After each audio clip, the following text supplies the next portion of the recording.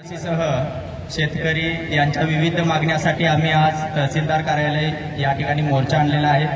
तर आमच्या मुख्य मागणी आहे की गेल्या अनेक वर्षापासून पैसा भरतीसह अनेक विषय हे राज्य सरकारने लक्ष न देता पैसा भरती आणि आदिवासींची विशेष भरती ही झाली पाहिजे। जी प्रलंबित वनधावे आहे ती प्रलंबित वनधावे हे तात्काळ निकाली काढली पाहिजे आणि जे मंजूर वनपट्टा धारक आहे त्या मंजूर वनपट्टा धारकांना तात्काळ सातबारे उतारे दिली पाहिजेत। जे जिल्ह्यातील अनेक जलमिशनची कामं आहेत ती अपूर्ण आहेत, ती अपूर्ण कामं ही पूर्ण केली पाहिजे। सरकारने जे आश्वासन दिलं आहे त्या आश्वासन शेतकरी कर्जमाफी हे राज्य सरकारने शेतकरी कर्जमाफीचे आश्वासन पूर्ण केले पाहिजे।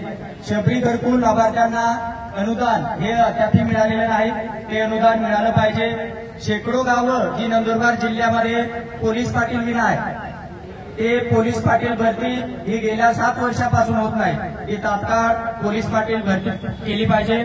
आश्रमशाळे असू द्या, वसतिगृह असू द्या, तर त्यातील डीपीटीची योजना आहे ती डीपीटी योजना बंद करून पूर्वीप्रमाणे स्थानिक ठिकाणीच भोजनाची व्यवस्था हे विद्यार्थ्यांसाठी केली पाहिजे।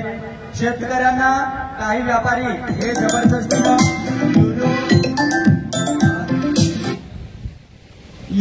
न्यूनो खत हे घेण्यास भाग पाडतात आणि त्याशिवाय युरिया हे देत नाही, तर ते शेतकऱ्यावरील आर्थिक पिळवणूक होते। ती आर्थिक पिळवणूक ही बंद करावी। सरकारने सर्व जे पिकं आहेत ते सर्व पिकांना हमीभाव जाहीर केला पाहिजे आणि जिल्ह्यातील आरोग्य, शिक्षण, रस्ते, पाणी, विविध ज्या कल्याणकारी योजना आहेत या कल्याणकारी योजना या पारदर्शकपणे राबवणं आवश्यक आहे। लोकशाही विरोधी जे महाराष्ट्र जनसुरक्षा विधेयक आहे ते महाराष्ट्र जनसुरक्षा विधेयक हे तात्काळ रद्द केलं पाहिजे। अशा आमच्या या 12 मागण्या राज्य सरकारनं गांभीर्याने विचार करून या मागण्याकडे तात्काळ लक्ष दिलं पाहिजे। उल गुलाल जिंदाबाद, बिरसा आर्मी जिंदाबाद, जिंदाबाद जिंदाबाद। जय आदिवासी। डीबीटी योजना बंद करा, बंद करा, बंद करा।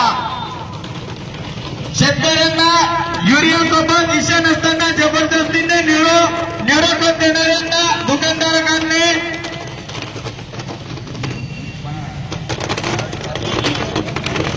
शेतकऱ्यावर अन्याय बंद करा, बंद करा, बंद करा।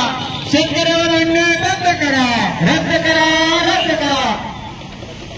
सगळे आदिवासी घरकुल योजना